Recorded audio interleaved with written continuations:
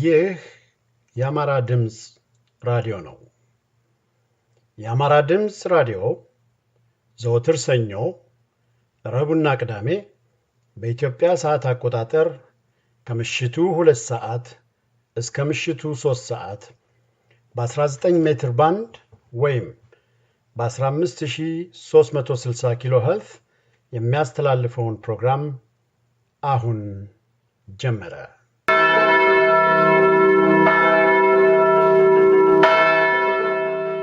ክቡራትና ክቡራን አድማጮቻችን እንደምን አምሽታችኋል?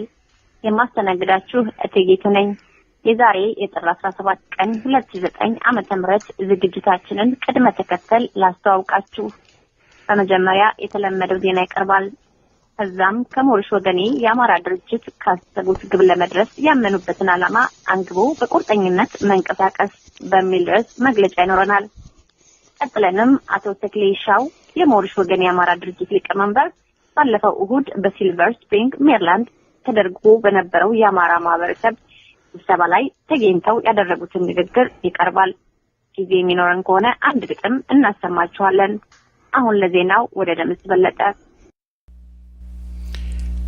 ክቡራትና ክቡራን አድማጮቻችን እንደምን አምሽታችኋል?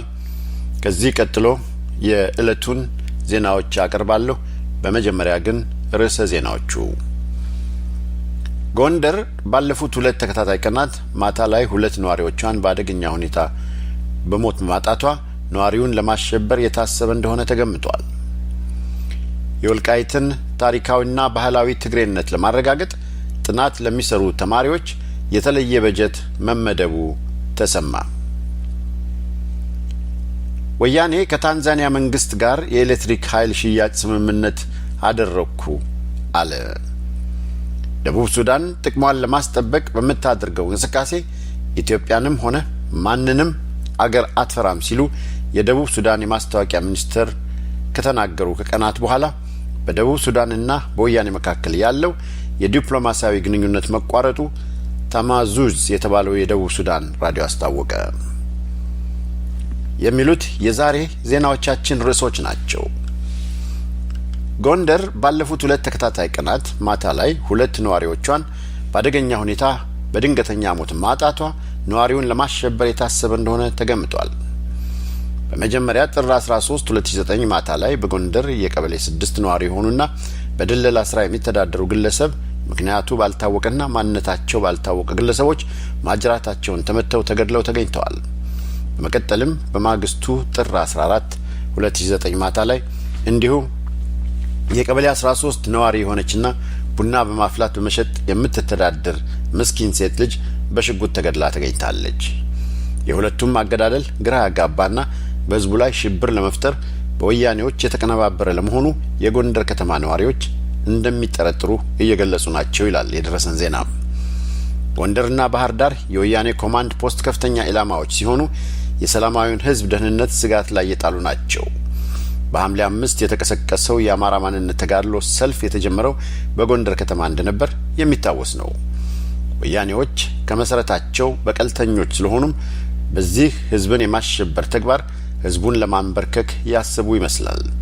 ሆኖም ግን ያልተረዱት ነገር ይህን በማድረጋቸው ጎንደርም ሆነ በአጠቃላይ የአማራው ተጋድሎ እየሰፋና እየተጋጋለ እንደሚሄድ ሊረዱት ይገባል ካለ በኋላ ቃል አቀባያችን ጎንደር በአጠቃላይ ወጣቱ ባገኘው አጋጣሚ ሁሉ የአማራ ማንነት ጥያቄውን ላፍታ እንኳን እንደማይዘነጋ ያረጋግጣል ሲል ገልጾልናል የዜና ዘጋቢያችን። የወልቃይትን ታሪካዊና ባህላዊ ትግሬነት ለማረጋገጥ ጥናት ለሚሰሩ ተማሪዎች ወያኔ የተለየ በጀት መመደቡ ተሰማ። በኢትዮጵያ ባሉ ዩኒቨርሲቲዎች የሚማሩ የትግራይ ተማሪዎች የመጀመሪያና የሁለተኛ ዲግሪ ማሟያ ጽሑፍ ሲያዘጋጁ የወልቃይትን ታሪካዊና ባህላዊ ትግሬነት ለማሳየት የሚሰሩ ተማሪዎችን ሙሉ ወጪ እንደሚሸፍንላቸው በአዲስ አበባ ዩኒቨርሲቲ የሚማሩ የድረ ምረቃ ተማሪዎች አስታወቁ። በፖለቲካል ሳይንስና ዓለም አቀፍ ግንኙነት፣ በህዝብ አስተዳደር፣ በፌዴራሊዝም፣ በባህልና ፎክሎር፣ በስነ ዜጋና ስነ ምግባር፣ በሰላምና ግጭት ፒስ ኤንድ ኮንፍሊክት፣ በታሪክ እንዲሁም በተያያዥ የትምህርት መስኮች የሁለተኛና የመጀመሪያ ዲግሪያቸውን ለሚሰሩ የትግራይ ተማሪዎች የመመረቂያ ጽሑፋቸውን ከወልቃይት ጋር ካያያዙት የተለየ የገንዘብና የቁሳቁስ እገዛ እንደሚደረግላቸው መረጃ ሰጪዎቻችን ገልጸዋል። እንደ መረጃ ሰጪዎቻችን የገንዘብ ድጋፍ የሚደረግላቸው የትግራይ ተማሪዎች በዩኒቨርሲቲ ወይም በሚያስተምሯቸው ድርጅት ከሚመደብላቸው የስኮላርሺፕ ክፍያ በተጨማሪ ማበረታቻ ነው ተብሏል። በወያኔ ጽሕፈት ቤት እንደ ቁልፍ ተግባር ተይዞ እየተሰራበት ያለው ይህ ፕሮጀክት በአዲስ አበባና በመቀሌ ዩኒቨርሲቲዎች ላይ ትኩረት አድርጓልም ተብሏል። ወያኔ ከታንዛኒያ መንግስት ጋር የኤሌክትሪክ ኃይል ሽያጭ ስምምነት አደረግኩ አለ። እንደ ወያኔ አባባል ከረቡዕ ጥር 10 ቀን 2009 ዓ.ም ጀምሮ በታንዛኒያ አሩሻ ከተማ ሲካሄድ ከቆየው የምስራቅ አፍሪካ ኃይል ትስስር ጉባኤ ጎን ለጎን የኤሌክትሪክ ኃይል ሽያጭ ስምምነቱን ፈርሜያለሁ ብሏል። ይህ ጉባኤ የተደረገው የምስራቅ አፍሪካን የኤሌክትሪክ ኃይል እንዴት ማዋሃድ ይቻላል በሚል መርህ ላይ እንጂ የኃይል ሽያጭ ድርድር አልነበረበትም። ሆኖም ግን በአሩሻው ስብሰባ ላይ የወያኔ ተወካዮች በቅርቡ ኤሌክትሪክ ልናመርት ነውና ትገዛላችሁ እያሉ የምስራቅ አፍሪካ መንግስታቶችን ተወካዮች ሲለምኑ እንደነበር የዲፕሎማቲክ ምንጮች ገልጸዋል።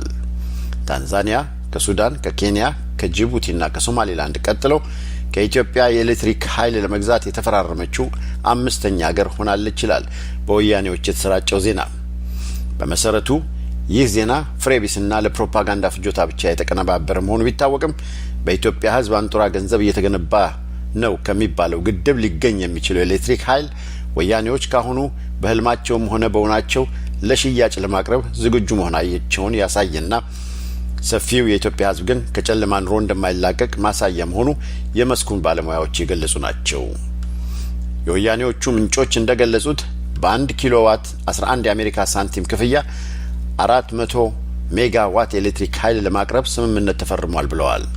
እንግዲህ ታንዛኒያ ብቻ 400 ሜጋዋት ከደረሳት የአባይ ግድብ ከሚያመነጨው የኤሌክትሪክ ኃይል እያንዳንዱ የምስራቅ አፍሪካ ሀገራት በዚህ ልክ ከተደራራሳቸው በኋላ ቀጣዩ ስትራቴጂ በጅቡቲ በኩል የመንን አቋርጦ ለሳውዲ አረቢያ የኤሌክትሪክ ኃይል ለመሸጥ የሚያስችል ፕሮጀክት መጀመር መሆኑን የራሳቸው የወያኔ መረጃዎች ያመለክታሉ።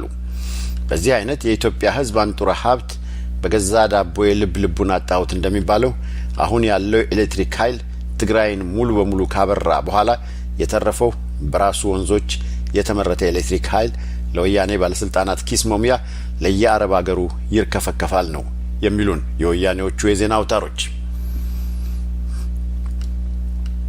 ክቡራትና ክቡራን አድማጮቻችን ይህ ዜና የሚተላለፍላችሁ ከአማራ ድምጽ ራዲዮ ነው።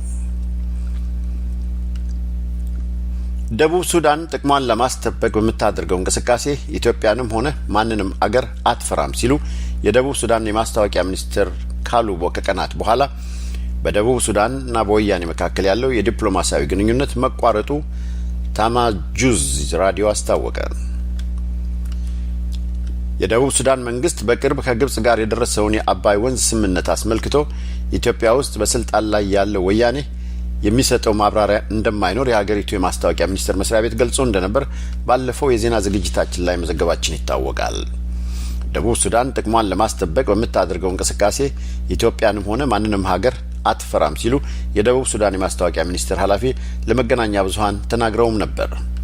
የማስታወቂያ ሚኒስትሩ አፈቀላጤ አቲ ዲንግ በአዲስ አበባ የሚገኙ የሀገሪቱ አምባሳደር በጉዳዩ ዙሪያ በኢትዮጵያ ቴሌቪዥን ቀርበው ማብራሪያ እንደሚሰጡ መደረጉንም ለጋዜጠኞች እንደገለጹ ሚያሚ ለፒዲያ የተሰኘ የደቡብ ሱዳን የመገናኛ ተቋም መዘገቡ ይታወሳል። አሁን በደረሰው ዜና መሰረት በወያኔና በደቡብ ሱዳን መካከል የነበረው የዲፕሎማሲያዊ ግንኙነት መቋረጡን ይህ የደቡብ ሱዳን ታማዙጅ ራዲዮ ገልጿል።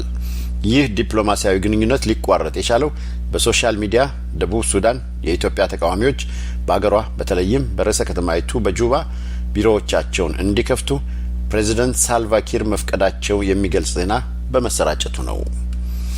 ዜናው እንደሚገልጸው የደቡብ ሱዳን ፕሬዚደንት ሳልቫኪር ባለፈው ሳምንት የግብጽን ከጎበኙ በኋላ ከግብጽ ባለስልጣናት ጋር በጁባ የወያኔ ተቃዋሚዎች ብሮቻቸውን እንዲከፍቱ የሚያስችል የሐሳብ ልውውጥ ማድረጋቸው ነው ይላል ሰኞ ዕለት ታማጁዝ የራዲዮ ጣቢያ ምንጮችን ሳይገልጽ።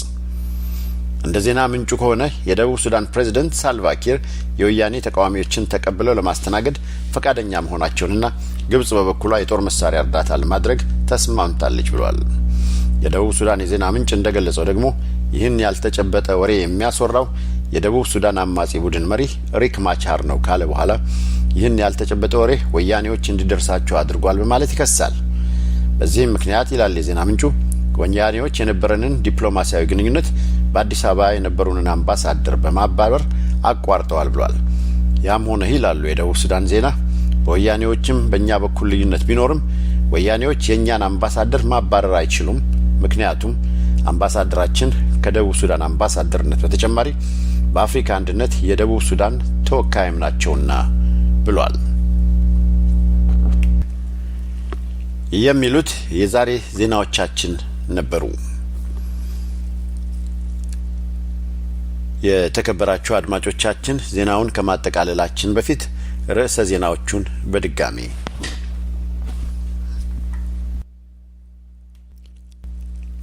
ጎንደር ባለፉት 2 ተከታታይ ቀናት ማታ ላይ 2 ነዋሪዎቿን በአደገኛ ሁኔታ በድንገተኛ ሞት ማጣቷ ነዋሪውን ወያኔ ለማሸበር ያሰበው ሸራ እንደሆነ ተገመተ።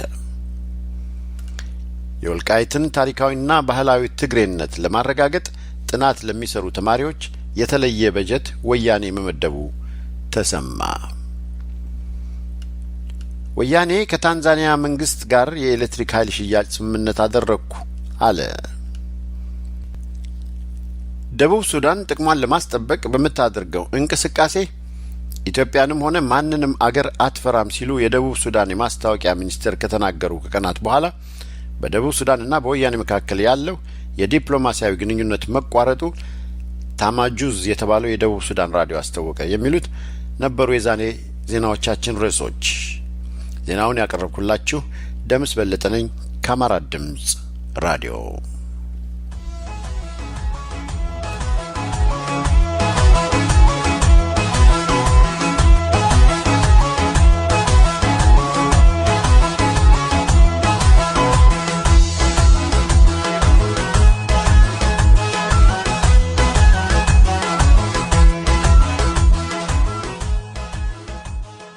ሞልሽ ወገኔ የአማራ ድርጅት ቅዳሜ ጥር 13 ቀን 2009 ዓመተ ምህረት ቅጽ 5 ቁጥር 10 ታሰቡት ግብ ለመድረስ ያመነበትን ዓላማ አንግቦ በቁርጠኝነት መንቀሳቀስ።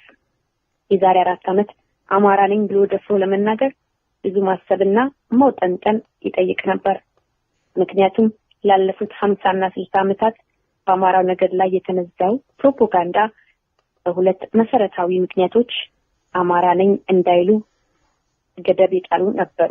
የመጀመሪያው ምክንያት አማራው ኢትዮጵያዊ ነኝ ብሎ የሚያምን በመሆኑ ራሱን ወደ ነገድ ደረጃ ማውረድ ውርደት ወይም ከኢትዮጵያዊነት የሚያፋታው አድርጎ መቁጠሩ አንዱ እና ዋነኛው ምክንያት ነው።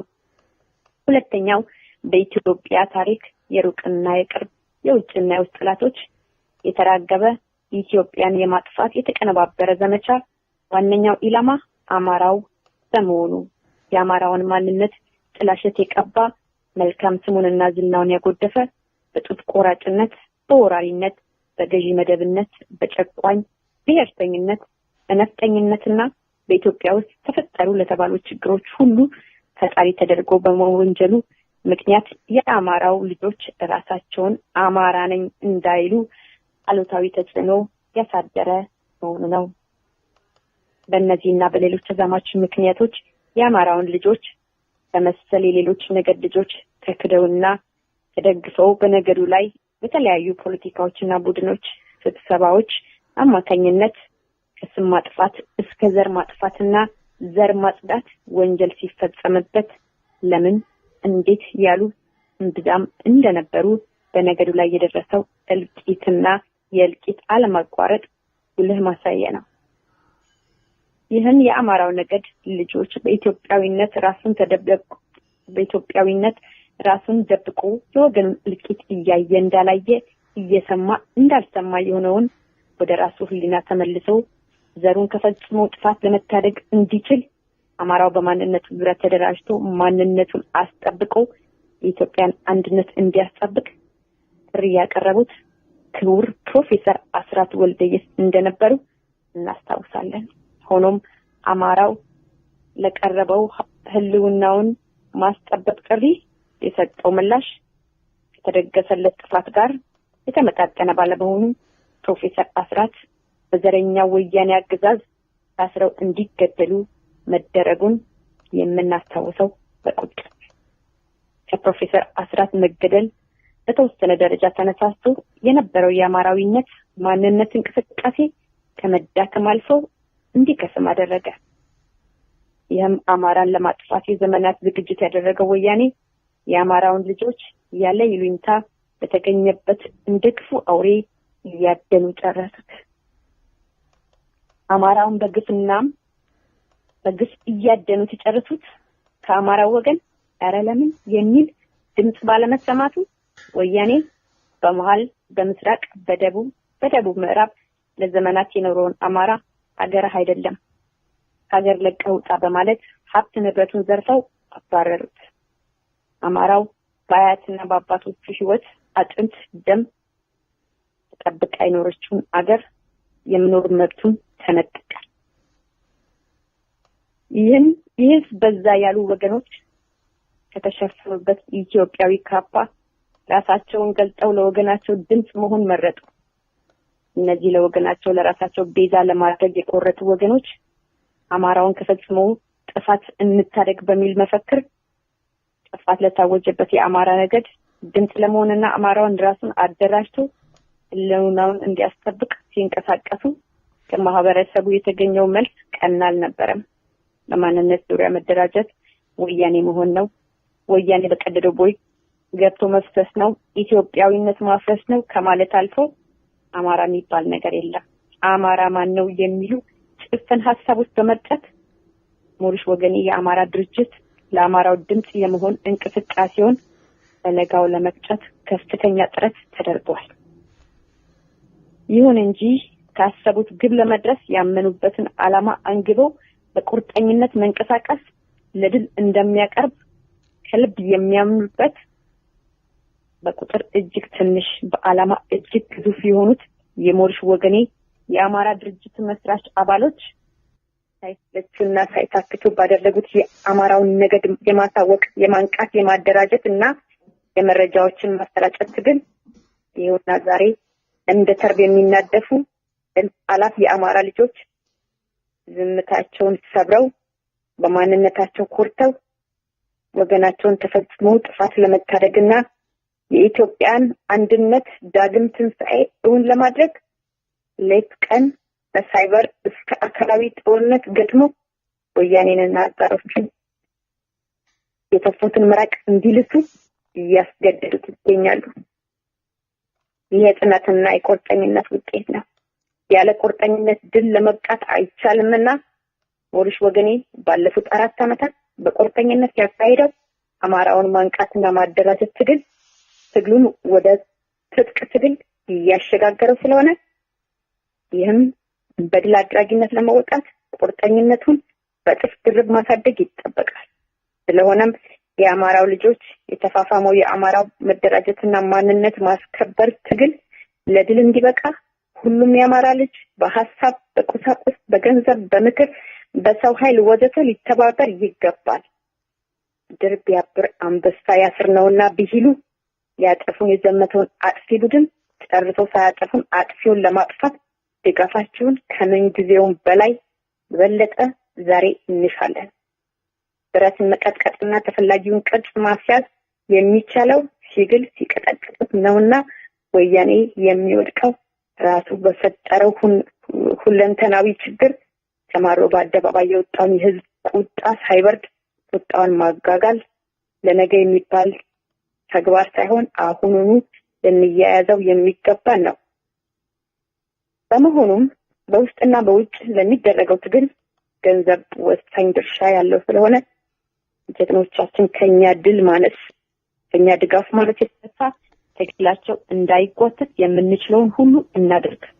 ሞሪሽ ወገኔ የአማራ ድርጅት ጥሪውን ያቀርባል። ሳይውሉ ሳያድሩ የሚችሉትን መጠን የወገናችንን ትግል በገንዘብ ለመርዳት የሞሪሽ ወገኔ አማራ ድርጅት ድረገጹን www.morishwagene.org በመጎብኘት ጎፈንድሚ እና ወይም በፔፓል የባንክ አካውንታችን ቁጥር ተጠቅመው የዚህ ታሪካዊ ትግል አካል በመሆን የማያቋርጥ ድጋፍ እንዲያደርጉ በአንክሮ በትህትና ያሳስባል። አማራን ከፈጽሞ ጥፋት እንታገላለን። ትልቅ አስራት የትውልዳችን ቃል ኪዳን ነው። ድል ለአማራ ሕዝብ።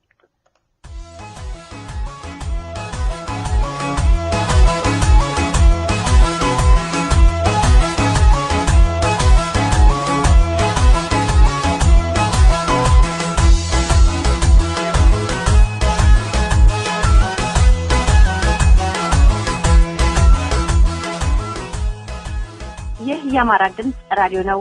ከዚህ ቀጥሎ ባለፈው ሳምንት በሲልቨር ስፕሪንግ ሜሪላንድ ተደርጎ የነበረው የአማራ ማህበረሰብ ስብሰባ ላይ ተገኝተው አቶ ተክሌሻው ያደረጉት ንግግር ይቀርባል። መልካም ድምጫ ተከታተሉት። የጥያቄ ታውኛል። እኔ የመጀመሪያ ጊዜ አይደለም 5 ዓመት ነው ጥያቄ ሳስተናግድና ብዙም ለመልስ የሚቸገር አይመስለኝም። አማራ ማን ነው? ከዛሬ 4 ዓመት በፊት ይህንን አሁን ያየነው ውጤት በማየት ዝም ብለን አይገባም። ያን ሰዎች ተደራጅተናል። እንግዲህ በአማራ ቪዲዮዎችን የተከታተላችሁ ሰዎች ማላችሁ እናውቃለን ምናለው እንደው ግን ጥያቄው ሲቀርብልኝ አንድ ትመጣልኝ ይህን ያዘጋጁ ሰዎች አማራ ሳይሆኑ ነው እንዴ አማራን ብለው የጠሩት የሚል ጥያቄ መጣብኝ። ምክንያቱም ያንን ያለፍን ይመስለኛል። አማራን ብለን የተደራጀን ያለን ወደዚያ ጥያቄ ለምን ገባ የሚለው መጥቶብኝ ነበር። ግን ጥያቄ ነው ማቆም አለብን ብያምናለሁ። እኔ አማራ ማን ነው የሚለውን ጥያቄ እኔም የምሰጠው አስተያየት የራሴን እምነት ነው፣ የራሴን እውቀት ነው፣ የራሴን መረጃ ነው። ያንን ማስፋት መለወጥ የአድማጩ ጉዳይ ነው። ምክንያቱም ይህ ጥያቄ ለመመለስ የኢትዮጵያ ህብረተሰብ ሳይኮሎጂውን፣ የህብረተሰቡን ኢኮኖሚ፣ የህብረተሰቡን ፖለቲካ፣ የህብረተሰቡን ጋብቻ፣ ባህሉን፣ ቋንቋውን ማጥናት የሚጠይቅ ከዚያ እንደ ተክሌ አንድም ነገር ብቻውን ተወልዶ እኔ ነኝ ይላል የሚል በኢትዮጵያ አላምንም።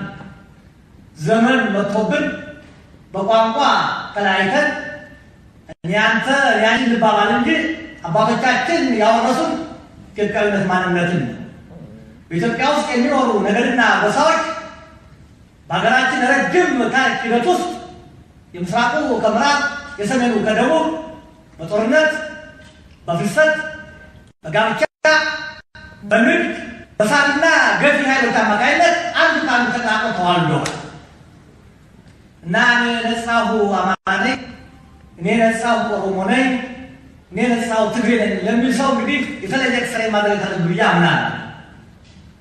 ሳይወድ በግድ ግን እናውቀው በአንድ ተወሰነ ክልል እንኖራለን፣ አንድ ቋንቋ እንናገራለን እና አንተ አማራ ነህ፣ አንተ ጉራጌ ነህ፣ አንተ ትግሬ ነህ፣ አንተ ሱርማ ነህ፣ አንተ ማኦ ነህ፣ አንተ ከምባታ ነህ፣ አንተ ሀዲያ ነህ፣ አንተ ሶማሌ ነህ እንባባላለን። ይህ ሪያሊቲ ነውና ከዚያ በኋላ እንግዲህ ማንነትን ለመግለጽ አንድ ሰው ብዙ ማንነቶች አሉት። አማራውን ብዙ ማንነቶች አሉት። የስፖርት ማንነት፣ የሃይማኖት ማንነት፣ የስራ ማንነት፣ የጓደኛ ማንነት፣ የፖለቲካ ማንነት፣ የአባደግ ማንነት ብዙ ነገሮች አሉ የሚገልጽባቸው እና ከነዚህ ውስጥ እንደው በኢትዮጵያ ሁሉም ይጋራሉ ያለው ግን አማራው የሚለው ማን ነው የሚለው ጥያቄ ለመመለስ በአሁኑ ጊዜ የመጀመሪያው እንትን ማንነቱን በኢትዮጵያ ውስጥ የሚገልጽ እኔ አማራ ነኝ የሚል አማራ ነው ብዬ አምናለሁ። እኔ ቋንቋ አማርኛ ግን ኢትዮጵያዊ ነኝ፣ የኢትዮጵያ አንድነት ታገላለሁ ብሎ ያመነ ሰው አማራ ነው እላለሁ።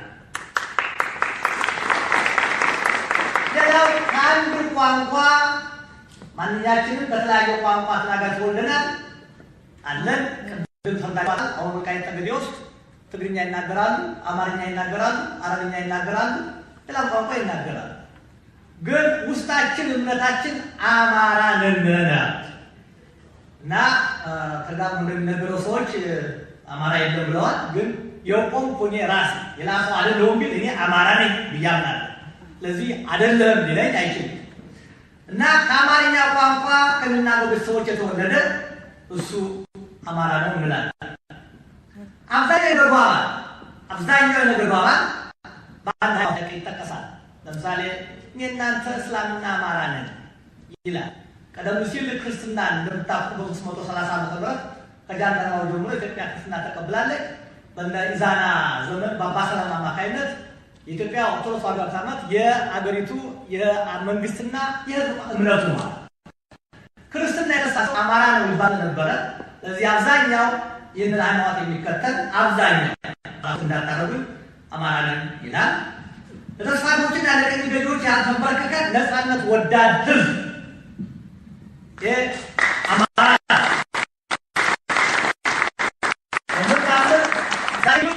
ዘመናት በተደረገ ውስጥ ረዚስት ሲያደርግ ይኖራል። የውጭ ሃይማኖቶች መጤዎችን የውጭ ወራሪዎችን በተለያየ መንገድ ይምጡ ሲከላከል ኖረ። እሱ አማራ ነው ብለን እናምናለን። እስከ ቅርብ ጊዜ ድረስ ራሱን በቋንቋ ማንነት ያደራጀ የኢትዮጵያ ብሎ ጎሳ ሳይለይ የተጋባ የተዋለደ ጓደኛ ያበጀ ማህበር የገባ በፈለገው ቦታ ኢትዮጵያ ገብ የኖረ ሰው አማራ ነው እንላለን። ባህላዊ ሃይማኖትና ፖለቲካዊ አደረጃጀቱን አባታዊ ያደረገ ያንዱ የአማራው ተቀሩት የሚለየው አደረጃጀቱ አባታዊ ነው። እርሰብ አባት ያለው ተፈጻሚ ነው። ወጣ ስንል በሃይማኖት የሃይማኖት የዚያ የደብሩ የሃይማኖት ሰው ያሉት ተፈጻሚ ነው። የደብሩ የጭቃው ወይም የቦቱ ሹም ያለው ተፈጻሚ ነው። ጠገቡ አንድ ሰው ኮማንድ ያለው ይሄ አማራ ነው። በሁሉም የተቀጠረ ክልሎች በበቂ መጠን የሚገኝ ይሄ ደግሞ አሁን ሰጠነ ግንባር መሬት ሳይሆን በሁሉም የኢትዮጵያ ግዛቶች በስፋት የሚገኝ አማራ ነው እንላለን። ለኢትዮጵያ የጽሑፍ ቋንቋ ኢትዮጵያዊ የሆነ ሃይማኖትን በመንግስትና ሃይማኖት ጥምረት ህዝብን የማስተዳደር ዘዴ ያበረከተ መሆን ይህ ለስፋት ተለቅኝ ግዢዎች አልመች በማለቱ እንዲጠፋ የተፈረደበት ይህንን ልብላችሁ የሮማን ፕሮቴስታንት መጽሐፍ አንበባችሁ ይሆናል ብዬ እገምታለሁ።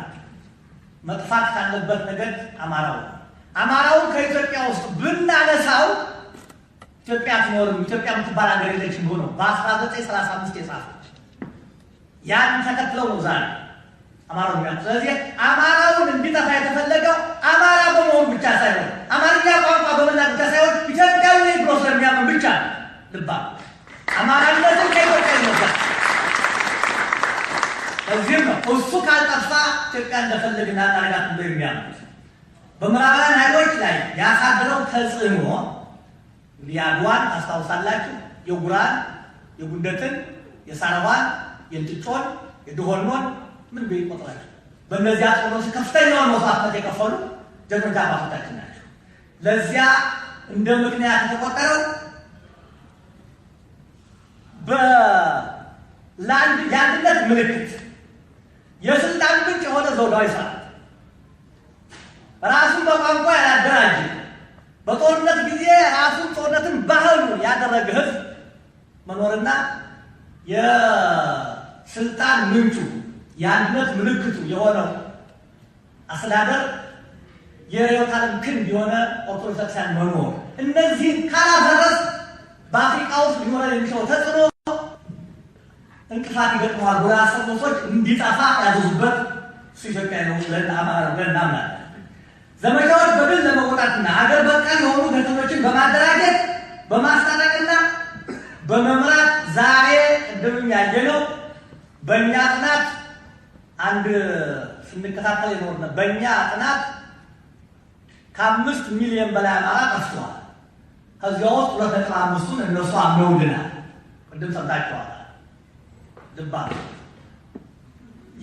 የመጀመሪያው የህዝብ ቆጠራ በ1976 ዓ.ም የኢትዮጵያ ህዝብ 48 ሚሊዮን 42 ሚሊዮን ነበር። የዛ ጊዜ ኦሮሞዎቹ አማራውን በለጡት የተባለው በ332,120 ዛሬ ከዚህ ዓመት በኋላ ግን በ10 ሚሊዮን በልጠውታል ይባላል። ስለዚህ የሶስቱን ዘመን ቆጠራ አስታነጻጽሯቸው የ76 87 የ93 አቆጣጠሯቸው አማራው ከ6 ሚሊዮን በላይ ቀንሶ እናገኛለን። ይህንን በረሃ አምባቸው አለጋዝ የሚባለው ሰውዬም እንደዚህ የሚያጥና ተከታትሎ እኛ ብሎ ለማድረግ ገልጸውታል። እሱን ራሳቸው ስፋስኪያጥናቸው ሰዎች ታገኙ ትችላለን። ጣፍታችን ወያኔዎች እንግዲህ በዚህ ተገዝተው የመጡ ናቸው። አስተዳደራቸው ልጁት ማነው ጣሊያን በ6 ነው የከፈለን በቋንቋ ሁላችሁም ታስታውሱ ከሆነ የዚያ ጊዜ ጋላ ሲዳማ ዛሬ ጋላ ሲዳማ ኦሮሞ ሲዳማ ነው ይኖሩ በነበሩ 800,000 አማራዎችን አባረዋል። ልክ ዛሬ ወያኔ ምስራቅ ሐረርጌ፣ ምዕራብ ሐረርጌ፣ ኢሉባቡር፣ ወለጋ ካባረራቸው ያዳራ ማለት ነው። ያ የዚያ ተከታይ ነው።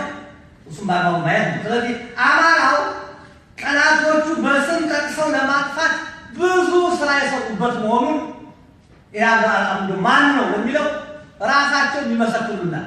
የወያኔ ፕሮግራም አማራን ካላጠፋን የትግራይ ህዝብ ማህበራዊ ሰላም አያገኙናል። ከጣቶቻቸው ከሁሉም አክስተው ቁጥር አንጻራችን አማራ ነው ብለናል።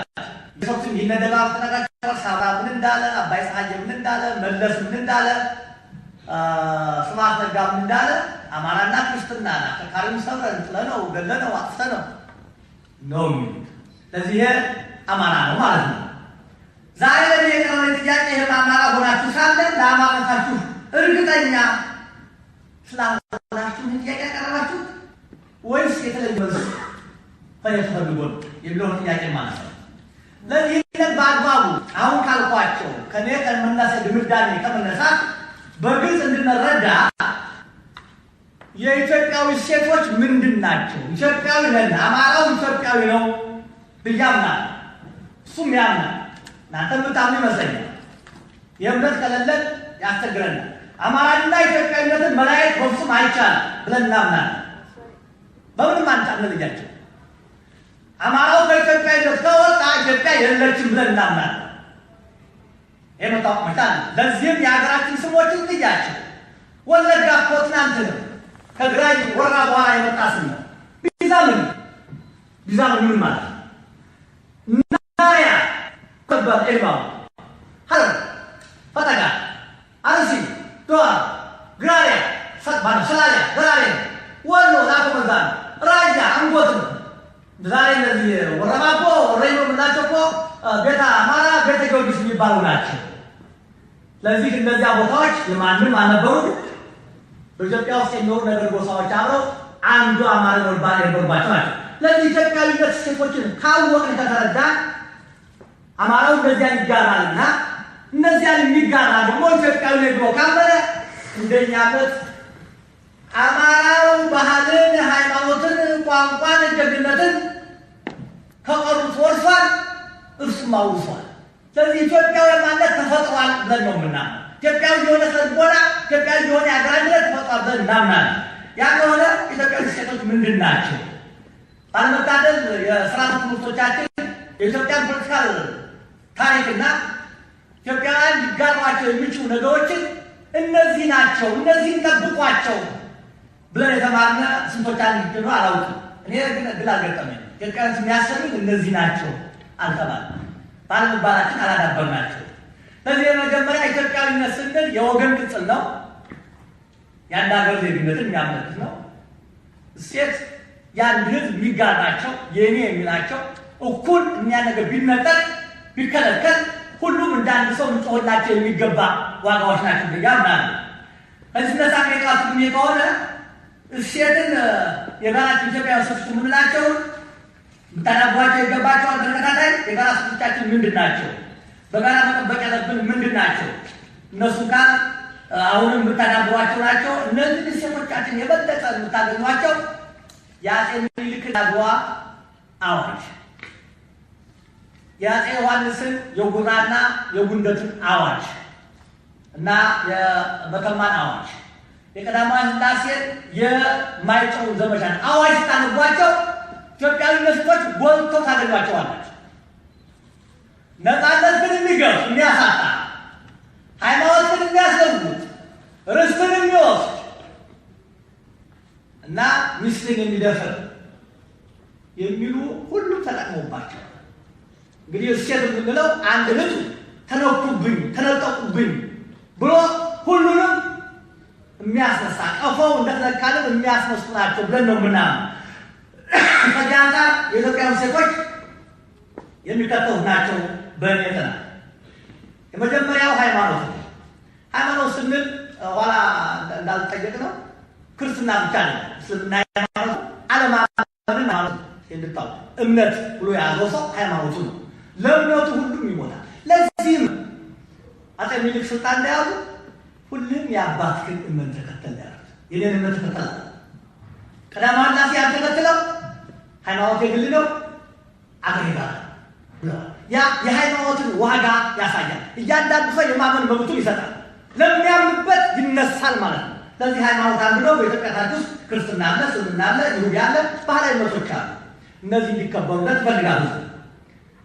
የአንድነት ምልክት የስልጣን ምንጭ የነበረ ዘውዳዊ አገዛዝ ስርዓትና ኢትዮጵያ በፊት ጀምሮ የነበራትን አገዛዝ ያመለክታል። ኢትዮጵያውያን በዘውድ እናምናለን። ባናምን ኖሮ 70 ዓመት ሙሉ ስልጣን ከመሳፍንቶች ሆኖ ዘውድን እንደ እንኳን እየተንከባከብን ባላስቀመጥ ነው ነበር። ይህ ምክንያት አለው። ከክርስቶስ ልደት በፊት ከ2545 ዓመት ጀምሮ ኢትዮጵያ በዘውድ ተገዝታለች። ያ ሴታችን ነበር። ስለ ዘውድ ያለን ክብር የአንድነት ምልክታችን ነው፣ የስልጣን ምንጫችን ነው፣ ከላይ የወጣ ነው ብለን ስለምናምኑ አባቶቻችን ይህንን በግልጽ ሴት ኋላ የተረሸነው መተናል። ወደኋላ መጣበታለሁ። ርስት ዘመኖቻችን የሚያጓጉት ዛሬ ሌላ ተመሰቀር ርስትን አጣ ነው። ለመሬት ኢትዮጵያውያን የተለየ ክብርና ቦታ አላቸው። ርስት ዝም ብሎ አይገኝም። ለአገሩ ነፃነት በከፈለው ዋጋ የሚሰጥ ነው የርስትን ነገር። ለዚህ እሱ የዛሬ አነጋገር ከግል ሀብት ጋር አያይዙ ቤተሰባዊ ፍቅርና መረዳዳት ያንዳንዳችን ያንዳንዱ ኢትዮጵያዊ ከፍተኛ የሆነ እንግዲህ ታውቃላችሁ እኛ ብዙዎቻችን እንደምንወድ ከዚህ የምንኖር ሰዎች በተለይም በውጭ የምንኖረው አብዛኛችን የምንኖረው ለራሳችን አይመስለኝም፣ ለቤተሰቦቻችን ይመስለኛል። 24 ሰዓት 16 ሰዓት እየሰራን የምንልከው ከፍተኛ የሆነ የዘመድ ፍቅር አክብሮት ስላለን ይመስለኛል። ይህ ከፍተኛ ዋጋችን ነው። ቤተሰብን ማፍቀርና መረዳዳት፣ መከባበር፣ ነፃነት ወዳድነት። የነፃነት ወደ ግለሰብ እንዳታመጡት ያስቸግረናል። ነፃነት ስንል በውጭ ኃይል አለመደፈር። ዛሬ ከዚህ ሀገር ላይ አንድ ዋጋቸው ነው የግለሰብ ነፃነታቸው ነፃነት የሚሉት። በእኛ የግለሰብ ነፃነታችን ከእድገታችን ጋር ማያያዝ ያለብን ራሳችንን ከባዕዳን የመከላከል ኢትዮጵያ ስንከላከል ነው የኖርነው እና ለረጅም ዘመን አንዳንዶቹ 7000 አንዳንዶቹ ደግሞ ከ4000 አገርታ ኢትዮጵያን መንግስት ዘመን መኖር ይሄ ለረጅም ጊዜ ጸንቶ የኖረ ነገር ከምንም የመጣ አይደለም። ኢትዮጵያውያን ለነፃነታቸው ባላቸው አክብሮትና ቀናኢነት የሚገኝ ነው። ሌላው አብሰታችን እንግዳ ተቀባይነት ነው። ቤታችን ውስጥ እያንዳንዱ ኢትዮጵያዊ ለእንግዳ የሚሰጠውን ክብር፣ የሚያቀርብለትን ምግብ ዝግጅቱን፣ እግር አሰጣጠቡን፣ እጅ አሰጣጠቡን ምታውቁ ነው። በተለይ እንግዲህ እንደኔ ገጠር ያደጋችሁ ሆናችሁ እንግዳ የሚበላው ቤተሰቡ አይበላም እና ከውጭም ለመጡ ሰዎች ይሄም አንድ ጎዳን ይመስለኛል፣ አንዱ ዋጋችን ይመስላል። ከውጭ ለመጡ ሰዎች ለውጭ ያጋልጦናል። ለምሳሌ መጽሐፍ አንባችሁ ከሆነ የተዋሪ ተክለማርያም መጽሐፍ አንባችሁ ከሆነ ከውጭ ተምረው ሲመጡ አፄ ምኒልክ ቤተ መንግስት ሊገቡ የድሮ ልብሳቸው ለብሰው ሊገቡ ሲፈልጉ ዘመዶቻቸው እነሱ ካልክማ አይቀበሉም፣ ዘመኛው አያስገባህም፣ እንደ ፈረንጅ ልብስ ለብሰህ ባርኔጣ አድርገህ ፈረስ ላይ ወስደህ ዘበኛው አያስገባህም። እንደዚህ ነው አብረው ተከለከሏቸው። እንዳሉት አደረጉ። ዘበኛው ሳይከለክል አስገባቸው።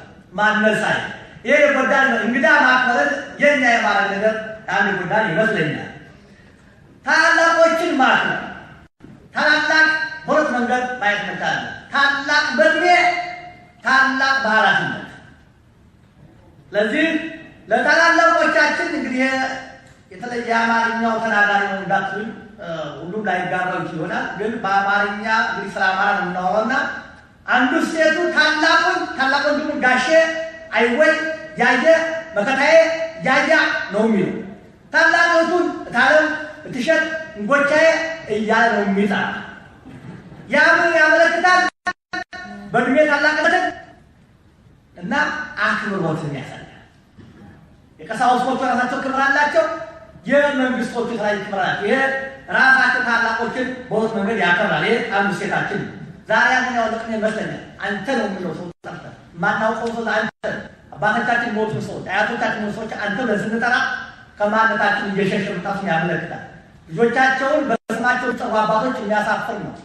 አማርኛ ስማቸውን የማያስፈሩ ወላጆች ከማናቸው ወጥተዋል። እነ ጥሩነሽ እነ በላይነሽ እነ ዘውዲቱ ከበደች አለሚቱ ምናቸው ስሞች ዛሬ እየቀሩ በነሚሚ በነቹቹ በነሊያ እየተተኩ ነው። ይሄ ከማንነት መሸሽ አባት ልጁን ባበል እንዳይለው ዳዲ ወይም በስሙ ይጠራል ይቀበላል። አባት ከማንነት መሸሽ ነው። ባላችን እንዲያታጣ ነው። ሌላው ህገኝነት ነው። አንዱ ሴቶቻችን ህገኛ ነው። ኢትዮጵያ ሁሉም በላይ አማራ ህገኛ ስንል ሃይማኖት የተቀበላቸው ህገ-ነገሮች አሉት፣ በባህል የተቀበለው ህገ-ነገሮች አሉት። እነዚያን መሻር ህግን እንደመጣስ ይቆጠራል። ህገኝነትን እናጠምቃለን። ለምሳሌ እንግዲህ በቤተክርስቲያን ህጋት ዓመት በዓሎች፣ አመጋገብ፣ አለባበስ፣ አክብሮት፣ ማረተኞች፣ ታላቆች መጥሪያ፣ አቀማመጥ፣ አካሄድ በአማራው ታላቅና ታናሽ ጎን ለጎን አይሄዱም። ጎን ለጎን የሚሄድ ጅል ብቻ የማይተማመን በአማራው ባህል ታላቅየው ፊት ታናሽየው ኋላ ሆኖ ነው የሚሄዱ። ሲቀመጡ መጀመሪያ ሲታጠቡ መጀመሪያ ታላቁ ይሄ አካባቢያችን ጎን ለጎን መሄድ የለም። ያ አይተማመንም ወይም ጅል ነው የሚያሰኝ። የታላቆች ማክበር አንዱ እንትናችን ነው፣ እሴታችን ነው። በሌላ በኩል ብዙ ሰው ላይከተለው ይችላል። ድግምት ትንቢት የምንላቸው ነገሮች አሉ። ይህ ከመጽሐፍ ቅዱስም የሚወሰድ ነው። በትንቢት እናምናለን፣ እንደ አንድ ባህላችን ነው። ድግምትን ታውቁታላችሁ በስፋት አይን ነገር እንጂ በረዶ አያስመታም ተብሎ ለእያንዳንዱ ደብተራ በአመት ይከፈላል፣ ደሞዝ ይከፈላል። ምክንያቱም ለበረዶ ይደግማል፣ ለይቶ ያስመታል። ይሰራል አይሰራም ሌላ ጥያቄ ነው፣ መመራመር ይጠይቃል። ግን በዚህ ብቻ የሚኖሩ ሰዎችን አውቃል። በርካታ በክረምት ጊዜ በረዶ እንዳያስመታበት ደጋጋሚ ይደግማል። አህያና በቆይ ሲጠፉ ጅብ እንዳይበላቸው ይደገማል። እና ከሌ የማይነቃነቅ ድንጋይ ላይ ቁጭ ብሎ ይደግማል። ጅቡና አህያ ተዋግረው ያድራል። ይሄ ጥበብ ነው፣ ባንዶ ከፍተኛ ጥበብ ነው። እንደዚህ ያለ ሴቶች አሉ። በማንነት መመካት በአማራ ውስጥ በጣም አለ። አንዱም ከተኛ የሚያሰኘኝ ይሄ ይመስለኛል። አማራው በፍጹም እንደ ኳስ ጨዋታ ለቲም አይሆንም እንጂ ለእጅ ኳስ ለእግር ኳስ አማራው አይሆንም። ለማራቶን ግን አማራው የሚያክለው የለም። በራሱ አማራው ጀግና በኑሮው በሙያው ማን አለብኝነት አለ። በጣም ይመካል። የኢትዮጵያዊ ነው። አንገቱን አቅንቶ ደርሱ ነፍቶ ይጓዛል። ይሄ አንዱ ማቃችን የምናሰራው የምንመካበት ይመስለኛል። በላኩል ሀቀኝነት የዛሬ አላውቅም እንጂ አንድ ሰው ወንጀል ሰርቶ ተይዞ ዋስ ጥራ ሲባል ዋስ አያገኝ አግዚ። ስለዚህ ዋስ ካላገኘ በምን ይታሰራል? እጥሟቸዋል። ዋስ ያላገኘ ሰው በምን ይታሰራል?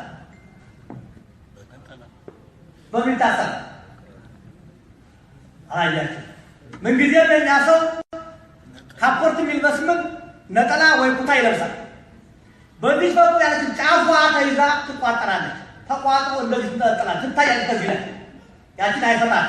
ያ ማለት ታስሯል። ያሰ ልባ ነፍሱን ይግደል ገንዘብ ይውሰድ ያስረኛል። ያችን እሷ አይፈታትም። ሲከተል መዋል ነው ያሰረው ሰው ያለ ሀቀኝነት ነበር። ዛሬ ሀገር ይኖር ይሆን? የተፈራረመውን አንክድም ይሆን? እንግዲህ ይመስለኛል። ሌላ በኩል ተሽሎ በመገኘት የኛ ሴት ይጎዛል ምን ነው ዝም ብሎ አልመጣም። ዛሬ ምንተዋቸው ምናወድሳቸው እንደነራስ አበባ አረጋይ እንደነራስ ጉብነት እንደታደሰ ማታ ብለሽ እንቆጥራለን። በትውልድ ያገኙት አይደለም በጀግንነታቸው የጎዛል ቀለም ሆኖ ተኩሰው ስለሚጥሉ ዋይተው ስለሚደፍቁ ታገው ስለሚጥሉ ሲጨብጧቸው ስለሚነጥቁ በዚያ አከሌ ጎበዝ ነው የጎበዝ አለቃ እሱ ያውቁታል። አማካቱ ነገር የሚያወጣቸው እሱን ያረጋግጣል። ለዚህ ተሽሎ መገኘት የኛ አንዱ ሲያት ነው። በለኛ ማለት የተሻለውን ያውቃል፣ ከሱ የተሻለውን ነገር ያውቃል።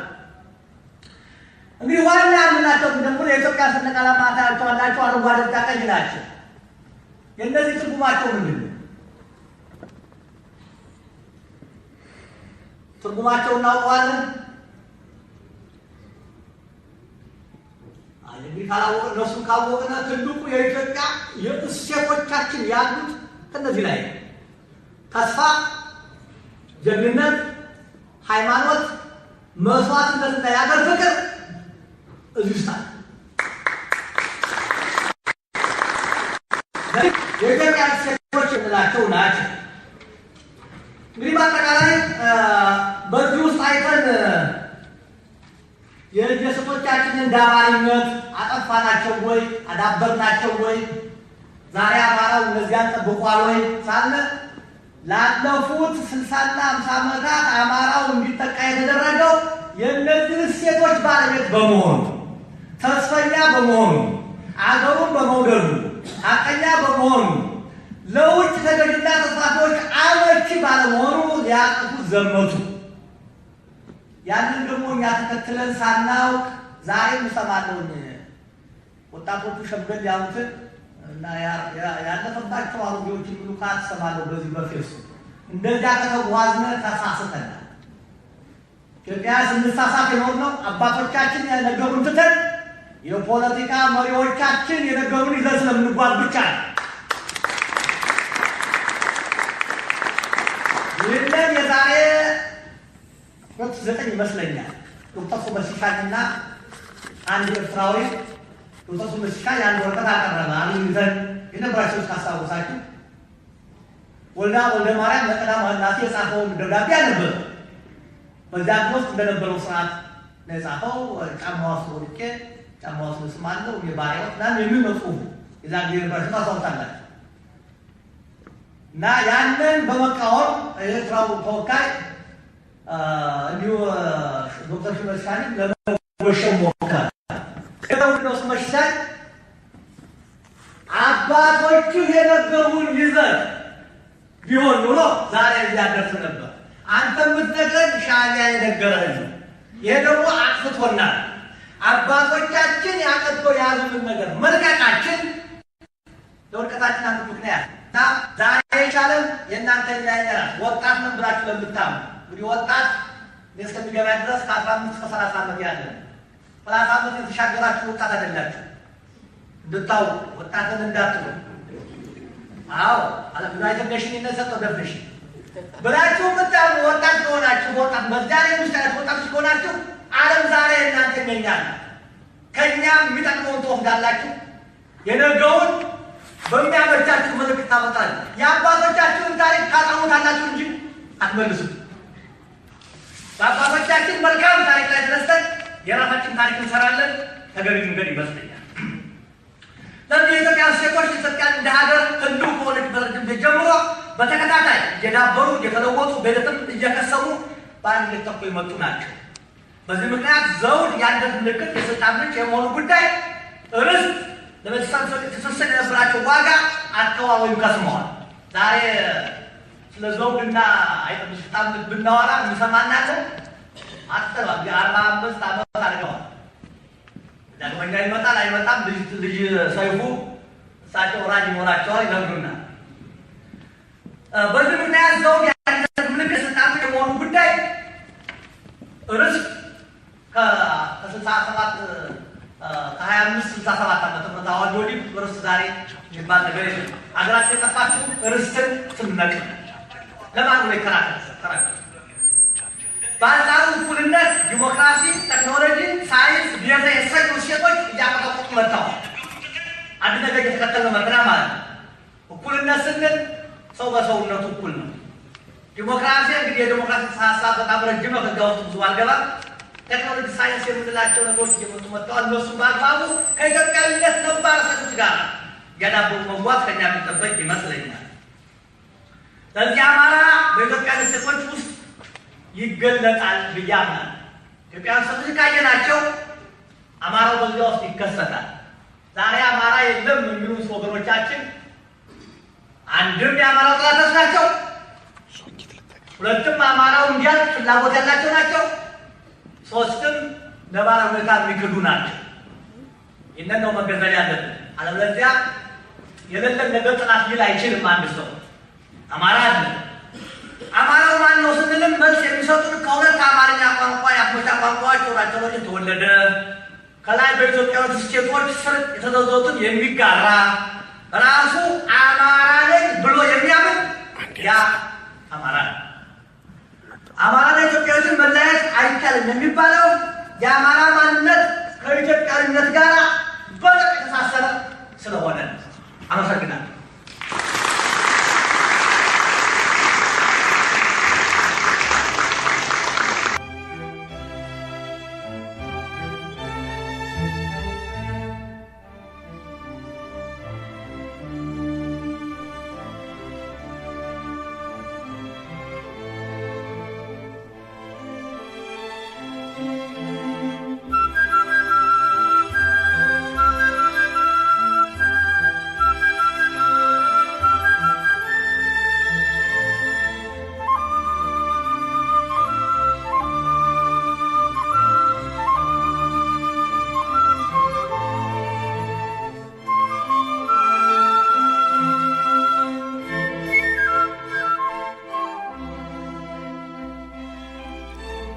የዛ ሰውዬ ድምፅ ፊቱ አሸቦ መስሎ እንደደነገጠ ተጎልጉሎ ወጥቶ አይኑ እንደፈጠጠ ባንኮኒው ጋር ሄዶ ቢራውን ጨበጠ። የሆነውን እንጃ፣ ሁኔታው ያስፈራል። እንባው በጉንጩ ላይ አቋርጦ ይፈሳል። አልቅሶ ሲበቃው ውጪ እየሰለለ ያየውን በውስጡ እያሰላሰለ ገድለው ሲጥሏቸው ባይኖች አየሁ አለ። ወደ ተናጋሪው አፍጠን እያየን እንደ ልማዳችን ዝም ተባባልን። ሰውየው ቀጠለ። ገድለው ሲጥሏቸው ባይኖች አየሁ አለ። ዘለው ያልጠገቡ እህል የተራቡ አገር የተቀሙ ፍትህ የተጠሙ አንድ ፍሬ ናቸው። ገና እንዳገኟቸው ከበው ይዘዋቸው መሳሪያ አስጠግተው ወደ ግንባራቸው ጭንቅላታቸውን ፈረካከሷቸው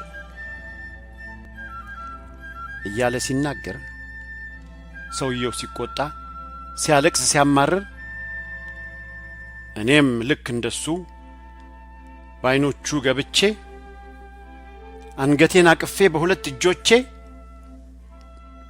ጉልበቴ እየራደ ነፍሴ እየበነነች አውጣኝ ከዚህ ቦታ አድነኝ እያለች ስትለማመጠኝ የደም ፍንጣቂ አካሌን ሲያለብሰኝ እሱ ቦታ ቆሜ እሱን ሆኛ አየሁኝ። ሰውየው ቀጠለ። ቴሌቪዥን አይቶ እኚህ ናቸው አለ። ቢራውን ጨለጠ፣ አይኑን አፈጠጠ። ውሸታሞች ናቸው፣ ሽብርተኛ አይደሉም፣ ጨርሶ በእጃቸው መሳሪያም አልያዙም። አይቻለሁ ባይኔ፣ ነፃ ልጆች ናቸው። ምንም ሳያጠፉ ነው የገደሏቸው። አለ ሰውየው እንደሰማ መርዶ በዜናው እወጃ ክፉኛ ተናዶ ነገሩ የቆጨኝ ያንገበገበኝ ጀብረር እንዲያደርገኝ ፍራት እንዲርቀኝ አልኮሌን ደገምኩኝ ሰውየው ተናግሮ አልወጣልህ ቢለው ኦል ብሎ ጨኸ ማልቀስም አማረው ያለ ሰውየው ንዴቱ ጨመረ ጩኸቱን ለቀቀው ቤቱ ተሸበረ ተንጋግቶ ደረሰ ፌደራልም መጣ ይጎትቱት ጀመር ውጭ እንዲወጣ ይሄኔ ተነሳው አትነኩትም አልኩኝ ሰውየውን ላስጥል ከመሃል ገባሁ ምን አረገ አልኳቸው ጥፋቱን ንገሩኝ ብዬ ጠየቅኳቸው ሽብርተኛ ሲሞት ተንሰቅስቆ አልቅሷል ሕዝብ መሃል ሆኖ ሰላም አደፍርሷል ብለው ሲናገሩ እንደብድ አደረገኝ ጭራሽ አትወስዱትም አትነኩትም አልኩኝ ያለው ሁሉ እንደኔ ባንድ ላይ አደመ መሃላቸው ገብቶ አሰፍስፎ ቆመ ከዛ ቤቱ ሁላ መተረማመሱ ትንሽ ትዝ ይለኛል ጥይት መተኮሱ ካለሁበት ቦታ ለሊት ብንንስል ማንም በሌለበት በጨለማ ክፍል ዘለው ያልጠገቡ እህል የተራቡ አገር የተቀሙ ፍትህ የተጠሙ አንድ ፍሬ ናቸው ገና እንዳገኟቸው ከበው ይዘዋቸው ጭንቅላታቸውን ፈረካከሷቸው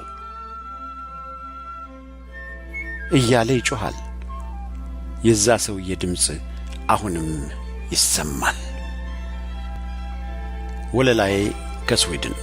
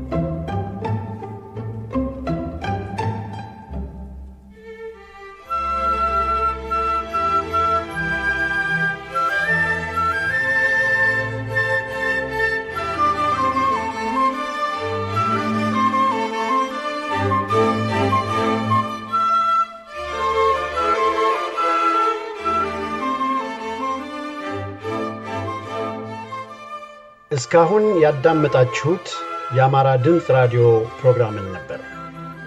ለማስታወስ ያህል የአማራ ድምጽ ራዲዮ ዘወትር ሰኞ፣ ረቡዕና ቅዳሜ በኢትዮጵያ ሰዓት አቆጣጠር ከምሽቱ 2 ሰዓት እስከ ምሽቱ 3 ሰዓት በ19 ሜትር ባንድ ወይም በ15360 ኪሎ ሄርዝ ፕሮግራሙን እንደሚያስተላልፍ እየገለጽን ለዛሬው በዚሁ እንሰናበታለን።